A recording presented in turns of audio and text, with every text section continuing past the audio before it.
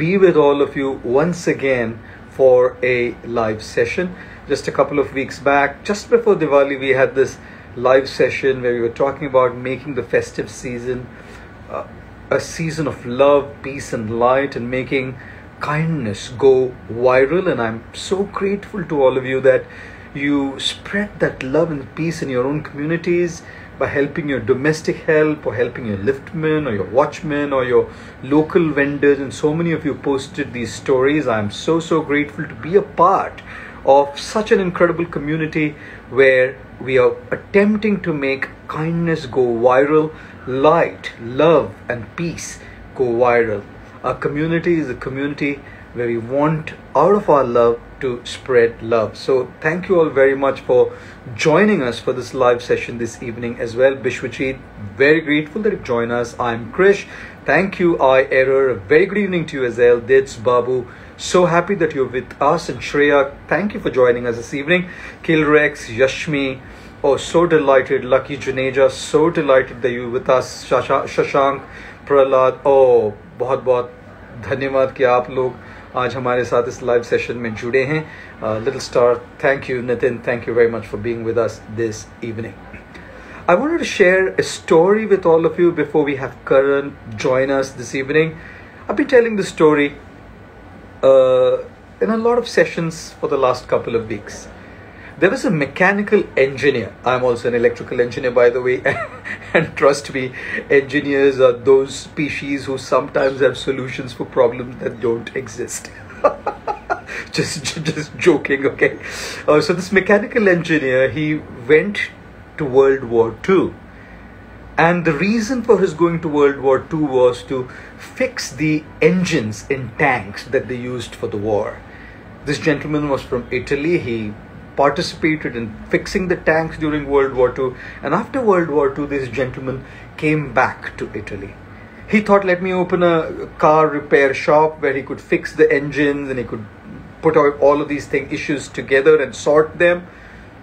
And then at a point of time, he just thought that, oh, what about those engines of the tanks that are probably still lying at the World War II sites? He went all the way back to get those engines and started manufacturing tractors out of those engines.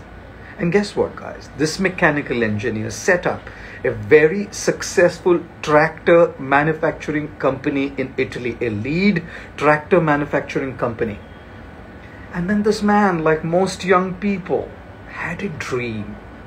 Whenever he would be successful, whenever he would have ample money, abundant money, he would buy his dream sports car.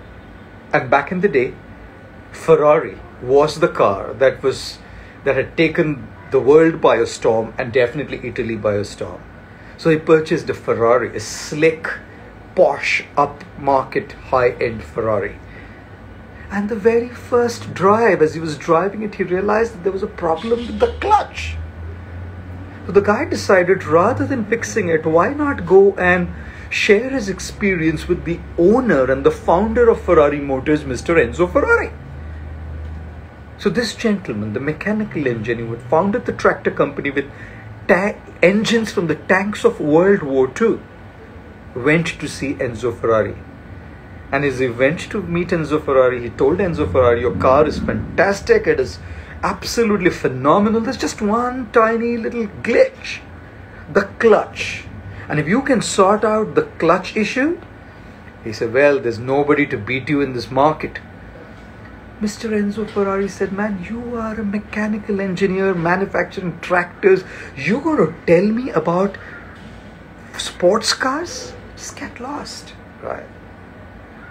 This guy left the place and thought, why not start a series of sports cars, manufacture sports cars himself?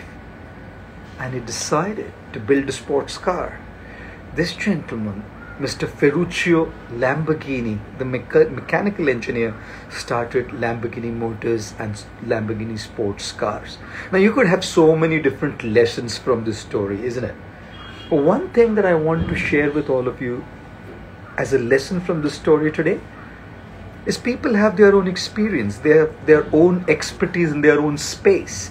They're great at things. They have their own stories, their own journeys, their own experiences, their own wisdom, their own realizations. And it's so amazing. We could just have the humility to listen to their stories, to listen to their experiences. Our knowledge, our understanding is very deeply enriched. So during this lockdown, we decided to get a lot of guests to chat with us so we can hear their stories, their journeys, their wisdom, their realizations, and enrich our understanding as well. His Holiness the Dalai Lama once very beautifully said, if you're simply speaking, you're repeating what you know. But if you're listening, you're always learning something new. So this evening we are going to have a very special guest. I'm going to request Karan to see if he could just join us. We're going to have Karan Thakur, the young Indian model, actor, host, a gentleman who probably doesn't need much introduction. Someone who has played a very special role in special ops. And we are wanting to see if Karan can join us this evening and we can have this incredible conversation and listen to Karan's stories, listen to his experiences, and see how to take it from there. I'm going to try and see if Karan joins us. Karan, if you're online, if you could just send me a message, I'm just going to get you in here from the message straight away. Just waiting for, yes, here we go. Here we go. Karan is here. One moment. Missed him again. Okay. Give me a moment, guys. Trying to get him in. Yes, okay. Yes, trying to wait, see if Karan Thakur accepts the request. There we go. Namaste, Guruji. How are you? Namaste, I'm good. How are you doing, Karan? Such a pleasure to Fantastic. see you and have you with us this evening. And No, the pleasure is all mine, Guruji. Thank you so much for having me. Quite frankly, I was listening so diligently because oh it's my such a God. beautiful story of Mr. Lamborghini that you did narrate. My Yes. take back from that is that Enzo Ferrari, because of his ignorance towards other people and other people's technology, he actually managed to give rise to a whole lot of companies. You know, in fact, even Henry Yes. Ford II made the fastest car that Ford ever made Yes. and won the Le Mans race, Yes. thanks to Mr. Ferrari's ignorance. So my take back from Yes. that is The Ford. yeah, that we've all got to thank Enzo Ferrari for letting all these other people get inspired and bring these fantastic machines into our Indeed. times. Indeed. But thank you so much for taking your valuable time out and joining us this evening. But the purpose of the story was listening is powerful. Listening to people's stories is powerful. Listening to their inputs and their experience is powerful. So we're so glad that you're here to share your experience and your stories with us this evening. So without further ado, I would like to dive in straight into the conversation, Karan, Absolutely. and make the most of our time together so all of our audience and people who've joined us this evening get the most out of your experience. I hope you're fine. Sir. Is that Yeah, fine? absolutely. In fact, before we start, I really want to thank you. Genuinely, I've always followed your work. Even in fact, this morning, the post that you did put up about the butterfly and how at times the butterfly, the butterfly, we never know if it actually knows that how beautiful it is, but it takes another person to call out the beauty. So that actually holds really close to me in my life as a fact, because I think that's one of the best ways to kind of find yourself. It's through the eyes of others. And you never know where you might reach in life with the way people perceive you and what impact you have on their lives. You've got a great impact on mine. So I want to thank you for having me on board today. And you're so kind. It's a real pleasure. And I really want to tell you, you're one of the coolest Gurujis out there. We're both sharing the same headphones. You wear the Apple Watch. I must tell you, you're really, really updated. The cool monk. You are the cool monk. They used to have this word for gurus earlier on. They would call them kul gurus, right? Like for the kul, the dynasty, kul gurus. So now we have the term called cool gurus. Why not? But Karan, I wanted to begin by asking you a question. You know, that I think a lot of who we are today, each one of us, is shaped by the stories that happen around us. Right? Some stories are the good ones, some stories are the bad ones. And each of these stories that happen around us as we grow up leave an indelible mark, an indelible impression in our minds, in our psyches, in our inner systems. Right? So I often say that values are not taught, values are caught. Absolutely. We catch values from the stories around us, the good ones and the bad ones. Right. Both stories. So I think we are a compilation, a sum total of our journeys that we've taken up until now. Right. So it's so much of these stories that shape us. My grandfather, I remember growing up, after he retired, he would spend like 8 hours of his morning until lunch sitting outside a bank, the Bank of India, just helping illiterate, I'd never call them uneducated, just people who can't read or write, helping them fill forms, helping them with all of these, run these errands up until he left this world. So for me, I saw, hey, the story, I didn't even realize then, but it left a mark. Correct? Right. And I also remember the story of a teacher in school who kind of whacked me for no reason several times. We all have those. So indeed, they leave a mark. So I wanted to begin by asking you this question. If you would mind sharing, some of these stories in your life as you grew up. Could be from close family, your teachers, friends, in your industry, whoever. Stories from which I think you picked up a value, a very important value, which has made deep impact, right? And it could probably one positive and maybe one negative if there be one, because people are looking for such stories which really make an impact. So if that be something that you'd like to share with us. Well, Guruji, very, very rightfully said. I truly believe it's the experiences that we go through in life that really shape us as the person that we are today. Is why I hold my failures and my successes very close to me, because I wouldn't be who I am with either of those. As far as values is concerned, you said something very nice, that you catch values. Because I do have a funda about life. I feel, unfortunately for me, I've been given the best values from my parents, and I believe all parents do that too for their children.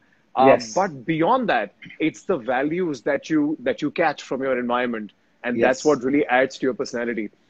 Fortunately for me, I went to a very beautiful school. It's an Arya Samaji school. It's called Arya Vidya Mandir in Mumbai. And very early on in our life, as students, we were taught the right kind of discipline, the right kind of respect. Our moral scale was tuned pretty fine by our teachers. Namaste, touching feet of anybody who was elder than us, giving respect. Dharm Shiksha in totality was a part of my formative years and my upbringing in general. So I think what really helped me in my today is my teachers in school, because they're the ones that really shaped my foundation, if I could say so. I'll never forget all my principals, because it's tough to be a female principal in an all-boys school and still have everybody under control. That's what they did.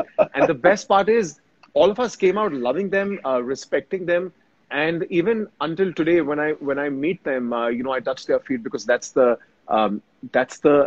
natural love that I have for them. To pick an incident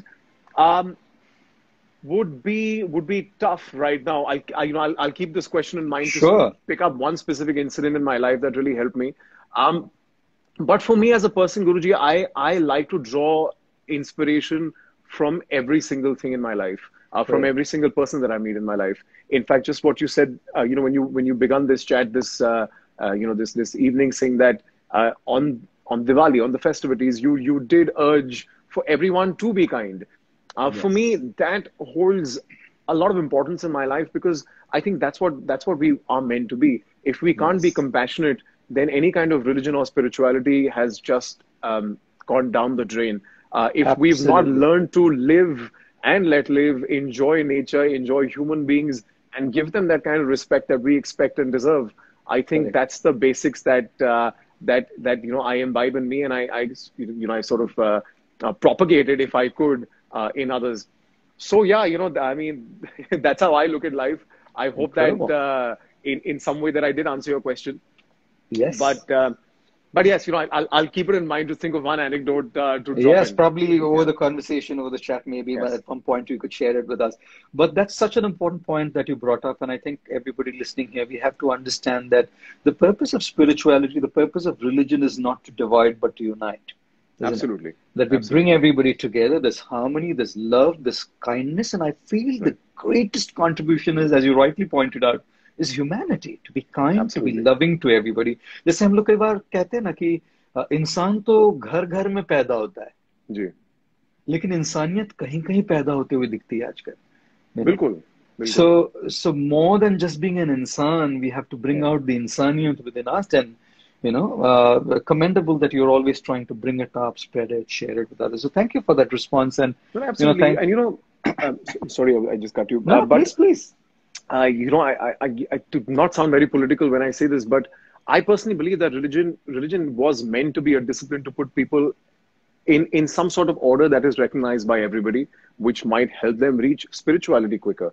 I Yes. feel the comprehension of that somewhere has gone very incorrect, if I may say so, in the times that we are today, because we've all become so sensitized because of our environments that we take everything to heart, where we've forgotten the fact that eventually, like you said, the only religion that we should be practicing should eventually be humanity. So if you can't practice that, then believing in any God that you believe in somewhere might I mean, even God might question you once you complete your journey, saying that, listen, this is what I taught you as the starter. What did you do with the rest of your life? Absolutely. So I personally,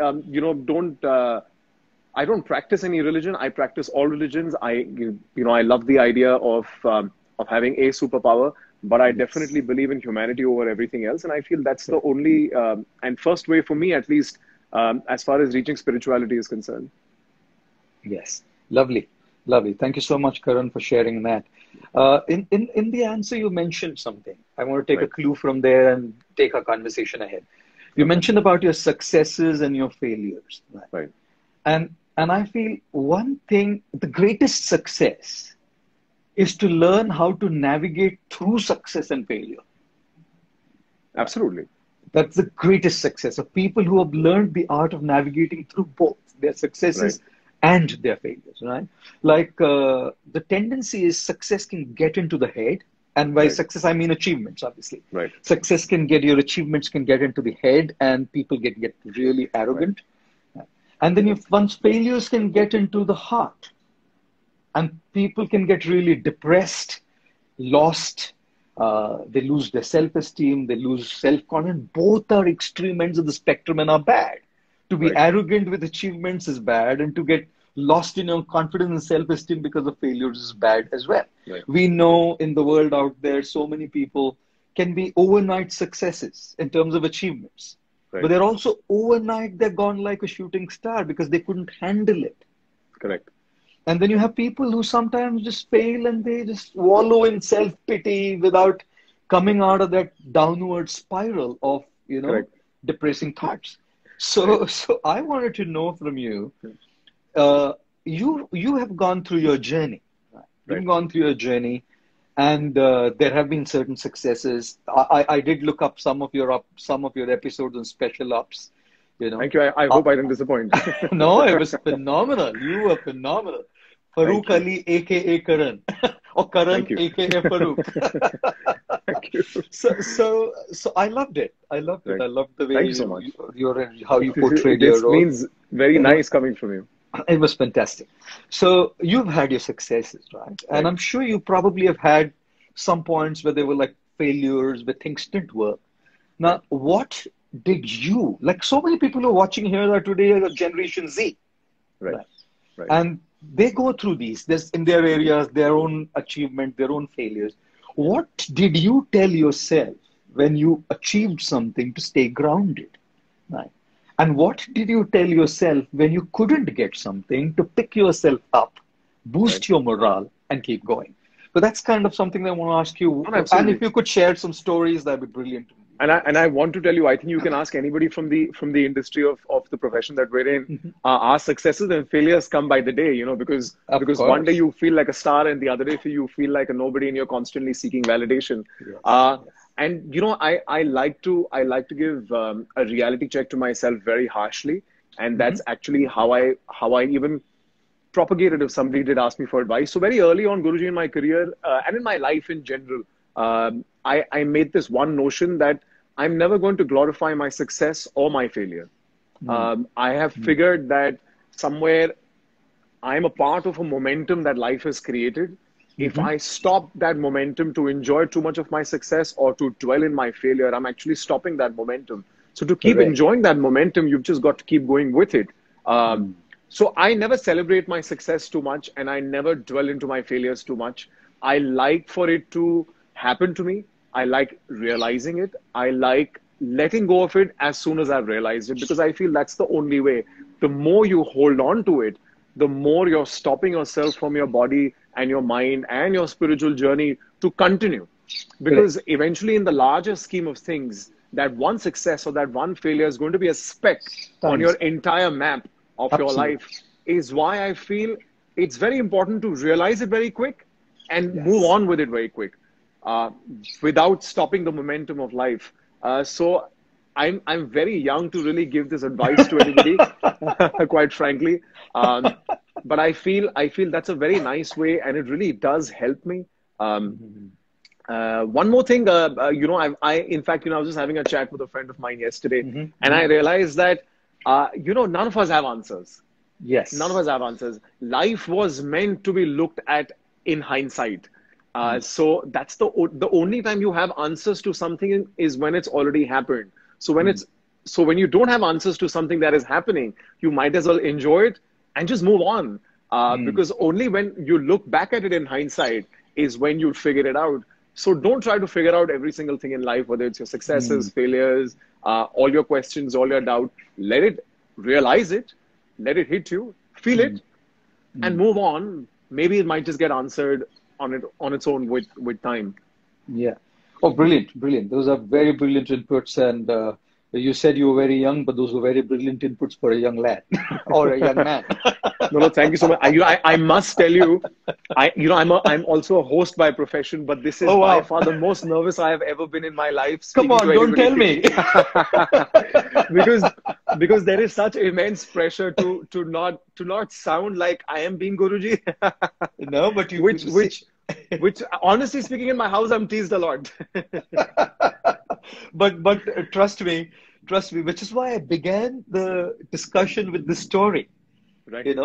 That listening to the experiences of others enriches your learning a lot. Like, I may not have those answers yet figured out, but you probably have an answer that could add value to seek mine. So I mean, I don't want to give myself that much credit, but I'll take your word for it. Which is true for whoever's watching, really. Yeah, for all of us. Now, for taking a clue from what you were saying, you were talking about we don't necessarily have all the answers to the questions, and looking at it in retrospect and connecting the dots backwards is when we kind of start figuring out from our experience and from what we learned, right? That, okay, probably here's something that's kind of evolving as an answer now. Like I remember the story, which I love to share, from Michelangelo, who was such a great sculptor, right? And when he was once asked, how do you make these master sculptures? So Michelangelo said, well, I don't. I'm too modest of him, He said the sculptures already exist in the block of the marble. Right. Okay. I simply chip the excess marble off. Okay. So I feel that our purpose, our journey, our answers are hidden in there. And I don't think it happens all at once, as you rightly said. Right. There's a little bit of it that gets chipped off through our successes and failures, a little of our ignorance, a little of our darkness, a little of the demons that we deal with, a little of our insecurities, our confusions. And slowly yet steadily, there's a little more clarity than otherwise. Correct? Now, very beautifully put, actually. Yeah, and I think you mentioned something interesting during your. I love that answer. Trust me, I love that answer. Thank you, Guruji. I think that you're being kind. In life, you need to have that momentum, right? Correct. And in that momentum, as you really kind of, if you indulge a little too much in celebrating your success, or if you wallow too much in self-pity in your failure, right? Right. You are out of the momentum because you're distracted by either or. Right? Correct. Both are distractions from the momentum in your path. Right? Correct. So very, very beautifully put. I just thought I want to take that a little further, right, Okay. by saying it's good gyan. Trust me, for you and me both. You please feel free to quote me on it, Guruji, in the future. It's fantastic gyan. It's fantastic gyan, right? But Now, sorry, you were saying, Hanji. when a lot of people who are watching this are going to say, well, Karan's an evolved guy. He's highly evolved. And like you said, your family says that to you. You're a Guruji at home. With the Punjabi parathas. Very, very embarrassed of it.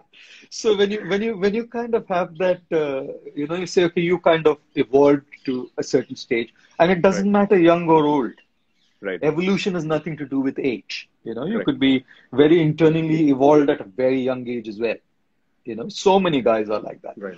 So the question, obviously, from a lot of people who are watching us would be in practicality, on a day-to-day basis, when you go through either your successes or failures, whichever, Right. to let go, as you said, and to keep that momentum going, what are those practical one or two things you do? Like, would I be calling up someone and talking to them? Would I be praying? Would I be meditating? Would I be watching a motivational video? Would I be reading? What would I be doing on a day-to-day basis to say, okay, I don't want to be distracted by either, and I want to keep the momentum going? So what do you think would you say, something like Guruji, I'll tell you what I practice in life. Yeah. First and foremost, I personally, I'm a planner. I'm a planner, and I am by nature a overthinker.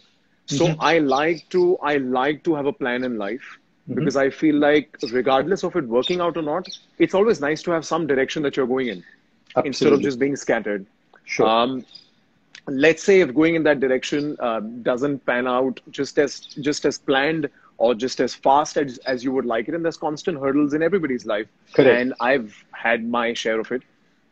For me, what really, really helps me, and I've said this time and again, is an open line of communication.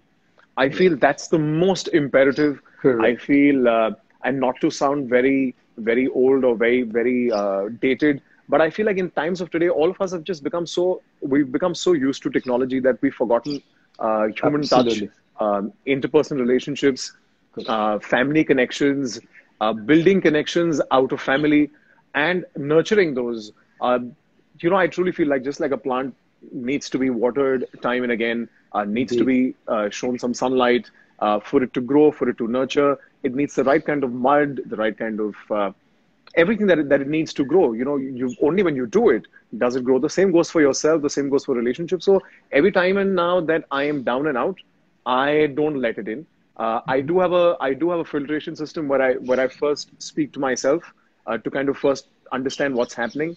That I did set out to do something, and probably I've failed. So I do try to suss it. Now, if after sussing it I'm feeling really low about it, I talk it out. I don't keep it within, because I feel that's the first problem, and that's what starts eating you inside. And these are very basic things our parents taught us when we were young. Ke man halka kar lo, agar rone ka man kara to ro lo. Especially हम लड़कों को सिखाया जाता that boys don't cry. In fact, I'll tell you something. I take the time out time and again to recognize, to realize my feelings, and I do cry it out. There are times that I find myself crying for something that I'm watching in a film, because that's one of the times that I very easily just let go of myself. But then I let it happen to me, because I never know what is going off my chest, how it's going to make me feel light. And in my family, we all have such an open forum where we all discuss, we all share. We have this dedicated family time that's in the morning, especially now in times of COVID, we're all just together. Correct. So we're constantly eating every single meal with each other. And, we find our time zones with each other, where even my parents, when they're going through something, let's say in their relationships, professionally, or in between the family itself, we all just chat it out. So this is another thing that I've always believed in, that it's very, very important to not keep things within, to find a confidant. If you don't have a confidant, write it down on a piece of paper, maintain a diary, or don't be shy to even go out and seek some help. I feel, we live in a very judgmental society where people judge you if you go out and talk to anybody. I'm talking to you right now. It is just as simple as that. Most therapists like listening, and that's where it all starts, when you have someone to listen to. So I feel investing in interpersonal relationships is a good thing, because it does help you dil halka karne ke liye, and if you've got things to be happy about, then khushi baantne se badhti hai. So I feel in both ways that really helps. That helps me, and that's what I do. There are a whole lot of environmental factors. If I can elongate this answer, sure. I personally love to sketch. So I've found myself doing that in my lowest phases in life, where I've just picked up my sketchbook and I've just started sketching. I have, I picked up a musical instrument at this one point in my life that I was going through something, and I wanted an outlet which might just help my creativity. I remember doing acting classes at the time of feeling very extremely low in a certain part of my life. And like I said, actors are going through phases, time, and again, because there are so many factors that are not in our control as far as our career is concerned. So so I feel you've got to constantly keep finding that, and the answer you had yesterday might not be the answer today. So you'll have to constantly keep finding new answers to get over every hurdle in life. Chisel off the marble, excess marble off. Something like that. But thank you very much for this inputs, and I very much believe in this, and I'm a vocal proponent of everything that you said. The number one thing what you said is filtration. I'm just summarizing it all for everybody who's watching in points. Because I talk a lot, sorry. पहली चीज इन्होंने बताई कि हमको अपने अंदर जो है वो फिल्टर करना चाहिए अपनी थॉट्स को, अपनी इमोशंस को, और हमें देखना चाहिए अपने आप में कि can we just be handling it ourselves, and a lot of times we get perspective by just that internal dialogue.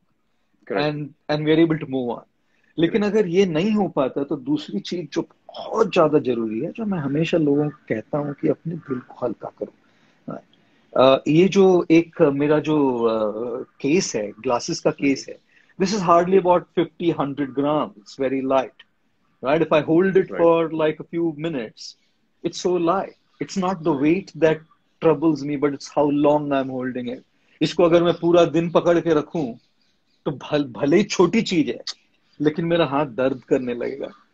तो आज हम सबको देखने वालों से मैं एक बात कहना चाह रहा हूँ कि अपने दिल में छोटी चीज भी अगर रहे ना, जो आप हैंडल नहीं कर पा रहे, उसको पकड़े मत रखिए, क्योंकि ये आपके अंदर भी तनाव करेगा. ये it's going to harm you. It's going to create emotional harm to you.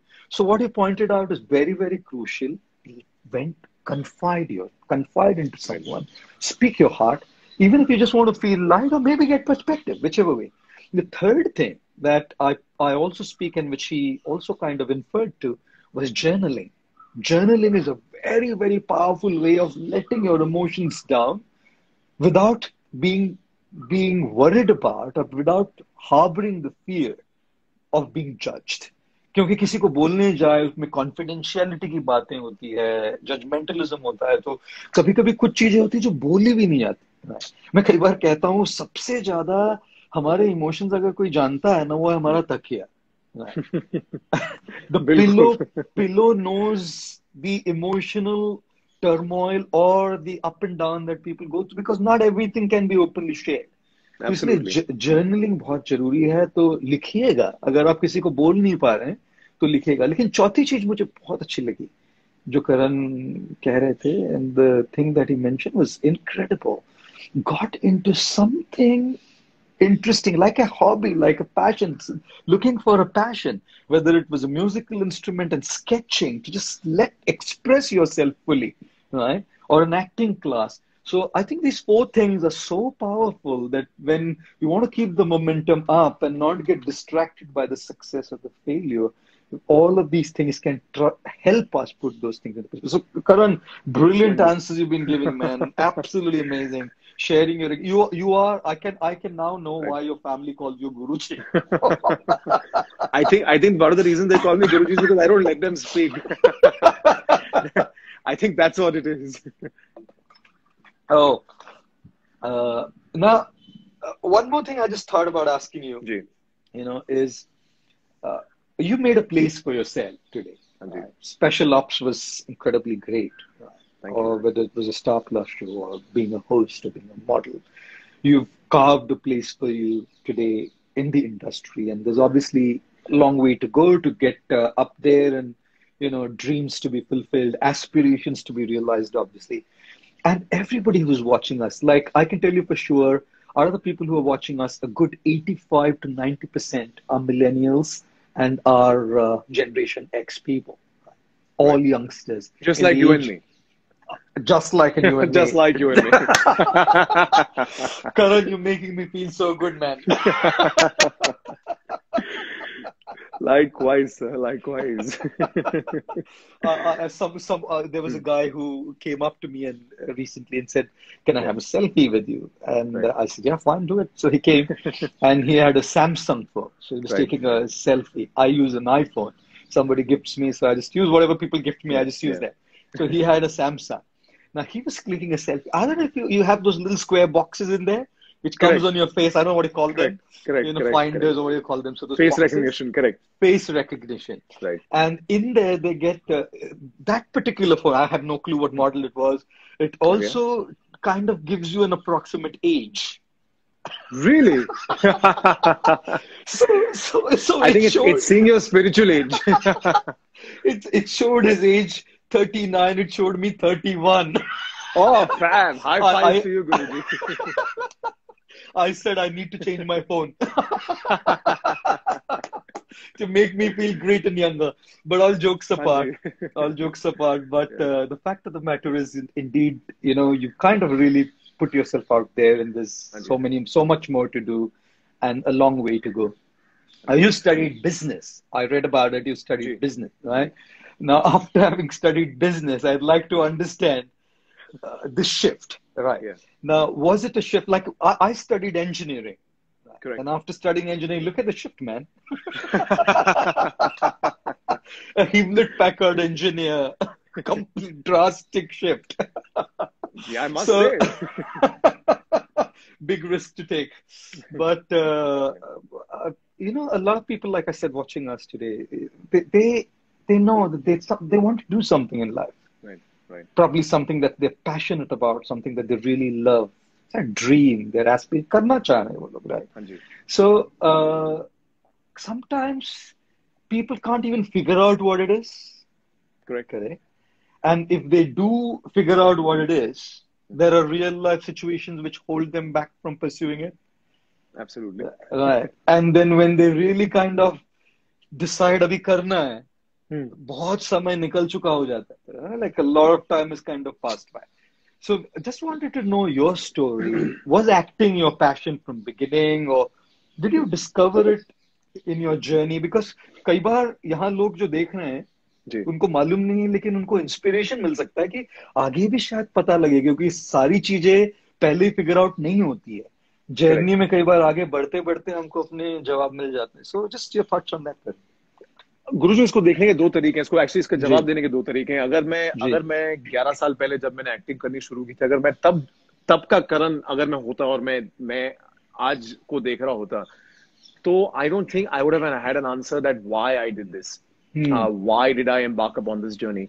But if I look back at it in retrospectively, then I can definitely answer this question saying that this was something that was it was meant to be in the offing.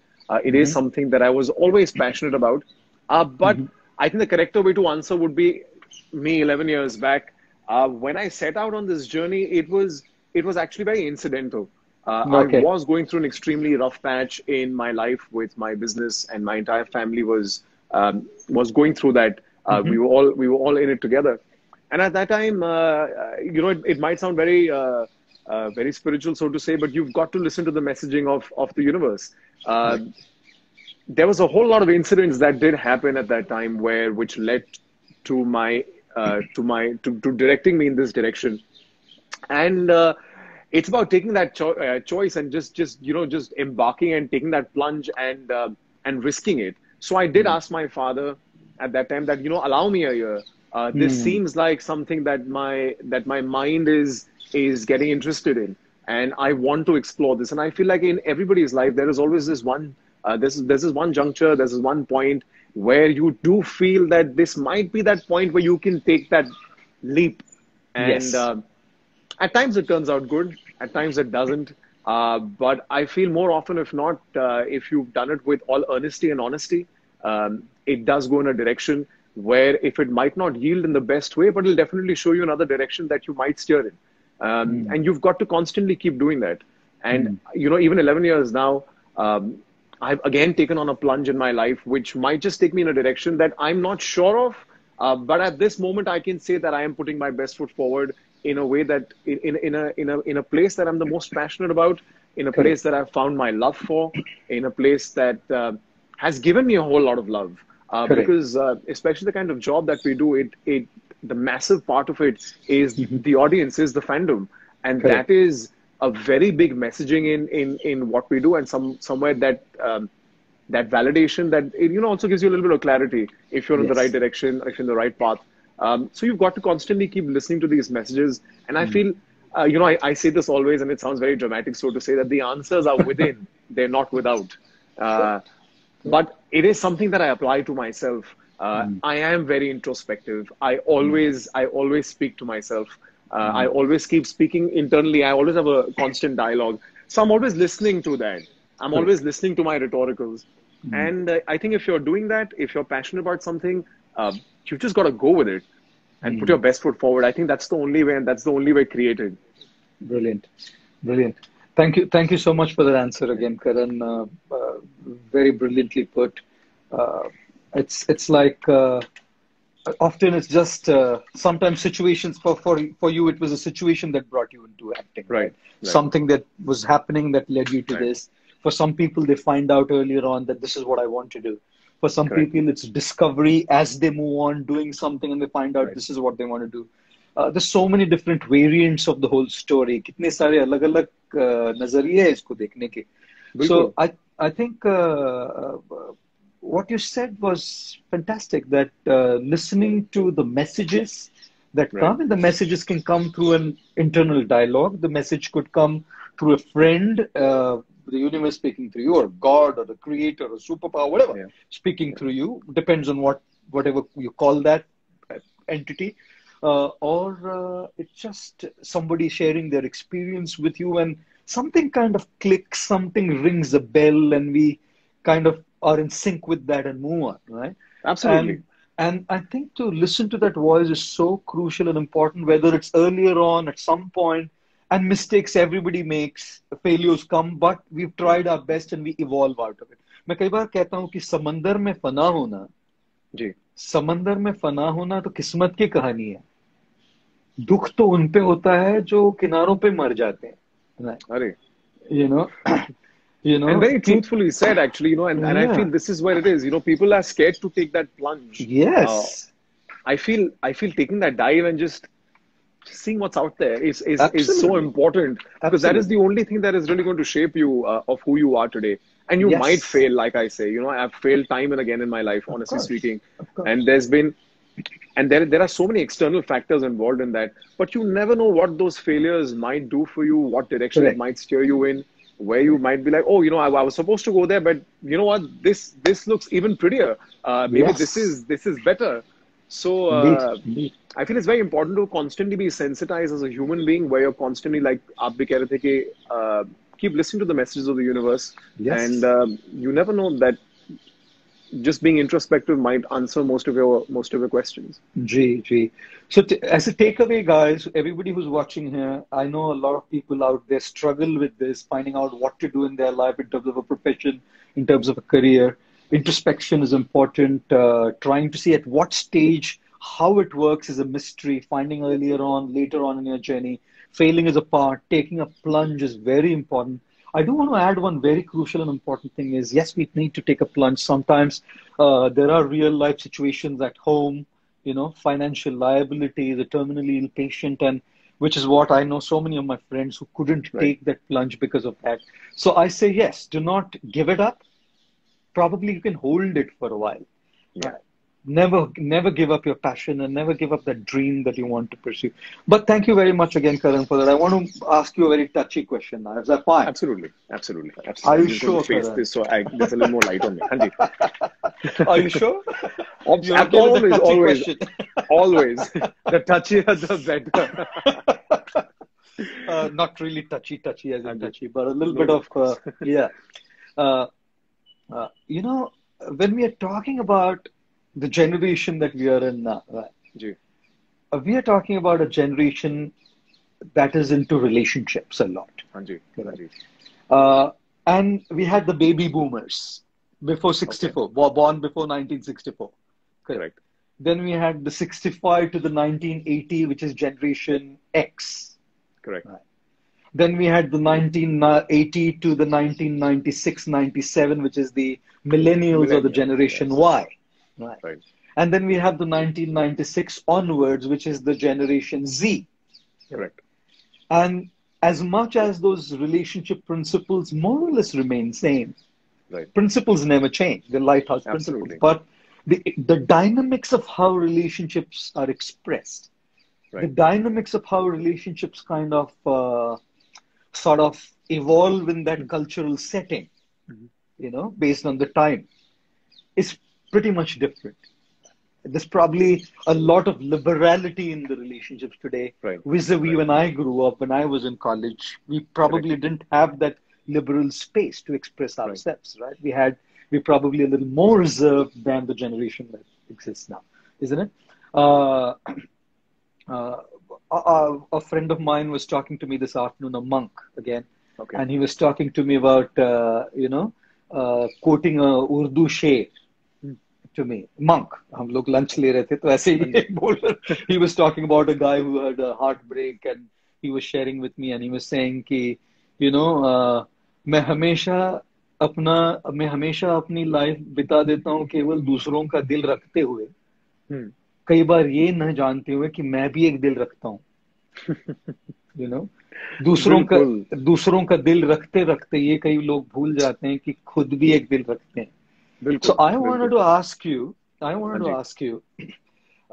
in this generation, for people who are watching us, from whether in conversations with people your age or experience or what you've heard or what you've read, what do you think are those 2-3 things that are really, really crucial for a relationship? And, like when you're looking for partnership, when you're looking for companionship, what are those 2-3 things that are important? And what are those 1 or 2 things that really, really ruin a relationship?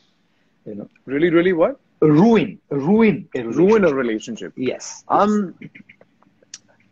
I think for me, Guruji, I read this somewhere that you tend to naturally drift towards people whose moral scales are similar to yours.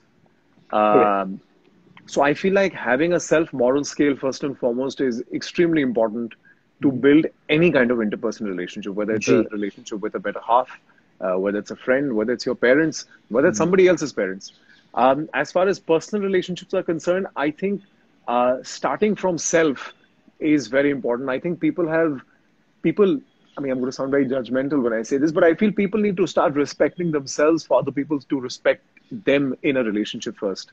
I feel when that happens, you tend to give that same respect that you respect yourself with. The general sense of that, when that equilibrium is maintained, I feel then you come on an equal plane of going forward, or even just staying in that same spot in a relationship. I feel that is very, very imperative for me, especially whether I'm a man or I could be a woman, and whoever you're in love with. But I think a sense of mutual respect is extremely imperative.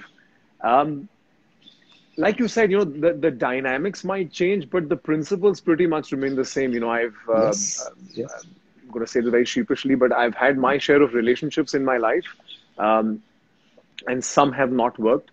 Some have. And I feel regardless of anything over the years, my sense of principle for relationships have not changed. They might have grown, but they've not changed at all. So I feel communication is extremely important. I feel that's the one thing that ruins a relationship, because most people usually don't communicate their feelings for each other in the rightest way possible. I think we're all so afraid of bearing ourselves in front of our better halves, because you constantly feel exposed in a certain emotional sense of it, that you never enjoy as much as you could on the receiving end of it if you were just bearing it all. So I feel that's very important in a relationship, to bear it all emotionally, and just, again, just take that plunge. You never know, it might just work out and might just become the most beautiful thing ever. And even if it doesn't, you always develop a great sense of friendship, because, you put your best foot forward when you emotionally invested correctly in a relationship, in a person, and you let that person nurture you, and vice versa. So I feel these two things are very are key in any relationship, and they hold very close to me. One is respect, and second is communication. And I feel like if you've got a good balance with both, you tend to really go as far as time allows. Brilliant. Yeah. I think so good. Very, very crucial for relationships. Respect at all times is the foundation, because romantic feelings are up and down. They are in a flux. Correct. Feelings go up and down constantly. Correct. But when the foundation is respect, friendship, and when the foundation is good communication, where we don't listen to reply, but we listen to understand, Absolutely. Is in that communication, in that healthy communication, I think a lot of relationships indeed thrive. I always also add one. I would like to add one more to that as well. I feel a lot of times it's acceptance for people for who they are. A lot of times people in relationships want the other person to be changing for them. And in that relationship, it never was love for them. It was love for oneself. It was selfish love, that I want you to change because I like it. I like you the way I want you to be. Not I don't like you the way you are, right? Correct. And I think you also brought up a very brilliant point there about loving yourself. This is something that I always emphasize on, because if you can't love yourself, and if you can't really realize your own value and worth, right?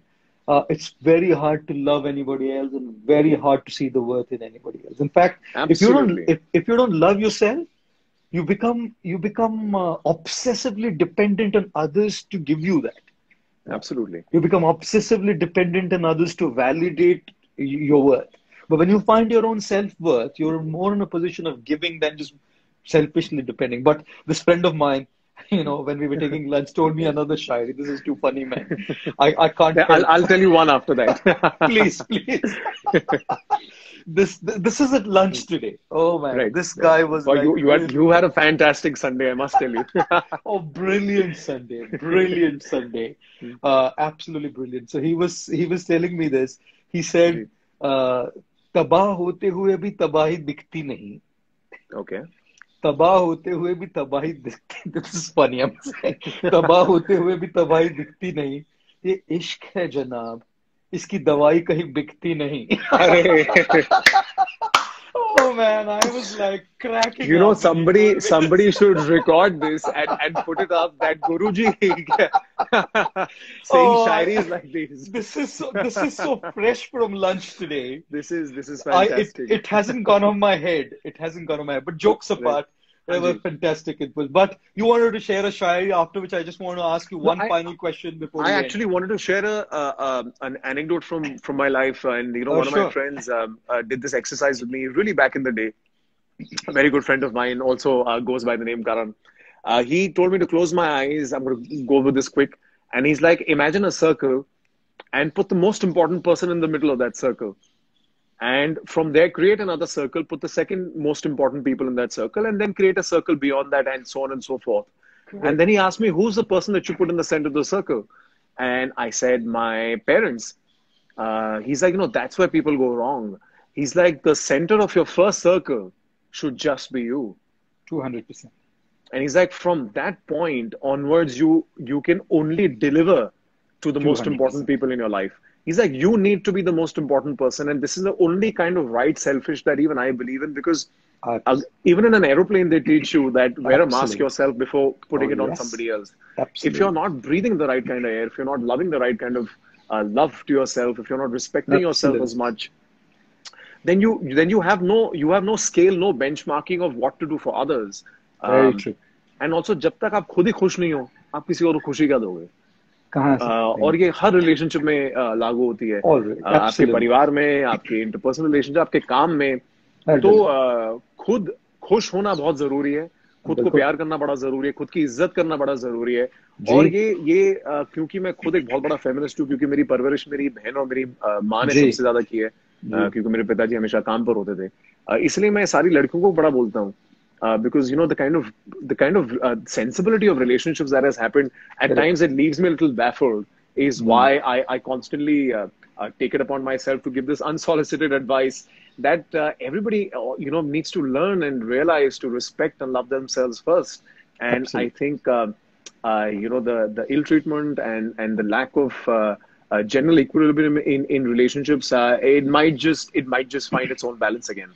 Correct. Brilliant. Absolutely. In fact, the analogy of the oxygen mask is in the book I wrote, Life's Amazing Secrets. So part of it in self-care. It's a part you could keep me as a disciple. So I always also love to say that, you can never pour from an empty cup. Absolutely. You can never pour from an empty jug. So fill your jug so you can pour and give it out. अगर आप में खुशी नहीं तो किसको दे पाओगे, like you rightly said. Well, to end this, Instagram is allowing us 4 more minutes. I don't even know how the time has flown away. No, I thoroughly enjoyed this chat. Really. Absolutely amazing conversation. Talking to you has been such a pleasure. But just to ask you a last one question to end with, quick answers to this, if you would like to share with us, is what has been your funniest fan moment, your most shocking fan moment, and your most embarrassing fan moment? So I'll start with embarrassed, because I tend to get embarrassed when I get too much love, because I don't know how to respond to it. So I do get embarrassed with an adulation that I don't know how to quantify. So I'll tell you that one first, because so this one time in my you'll have to be really quick. We've only 3 minutes. A couple of years back, 3 of my fans, 4. One flew in from Singapore, one flew in from the States, one flew in from Malaysia. If I'm missing out, I think it was only 3. They all met in one country, and they flew in specially to see me in Mumbai. And that is something that extremely I was pink in the cheeks, because I didn't know how to really quantify that kind of love. Because I always say this, that I don't know what we actors do to kind of get this love, because eventually we're doing just a job. But that is, I think, my most embarrassing, if you can understand in what way am I saying this embarrassing. Sure, of course. My most shocking was when somebody sent me a handkerchief laden in blood, saying that this is blood from my body to show you how much love I have for you. So I was absolutely baffled, shocked, and I don't propagate that at all. No way. Because I think that's absolutely incorrect, and I want to take this forum to tell people that this is, I mean, I think everybody understands love, but this is just a bit much. It's also borderline creepy. What is the third one, Guruji? Sorry, you asked me. I the most funny one. My most funny. My most funny was an incident, which is also actually sweet in a way, is when a fan of mine came on set and she would refuse to leave. So it really puts you in a spot, and because as boys we tend to have fans as women, so it really puts you in a spot where you're trying to get back to work, but you don't know how to really tell someone that, okay, you know what, I need to leave. You can say it once, you can say it twice, but I believe she ended up staying for 6 to 7 hours on set, and we kept asking her to leave, but she wouldn't. So that was a funny one as well. Lovely. Once again, Karan, it's been such an absolute pleasure. But Guruji, I had one question for you. Man, it's just a minute left now. We just that's the best. So in a quick minute, I want you to tell me, Guruji, what is spirituality according to you? So what is spirituality according to you? Me? I think spirituality according to me is, because we just have a moment, is to find the right balance between our internal and our external life. Right. When you have a tree, and is growing externally a lot, but if the roots of the tree haven't gone deep in, the sustainability of that tree externally is very, very shallow, right? So a lot of us today live a life which is very external, which is very showy, the glitter and the glamour of the world out there.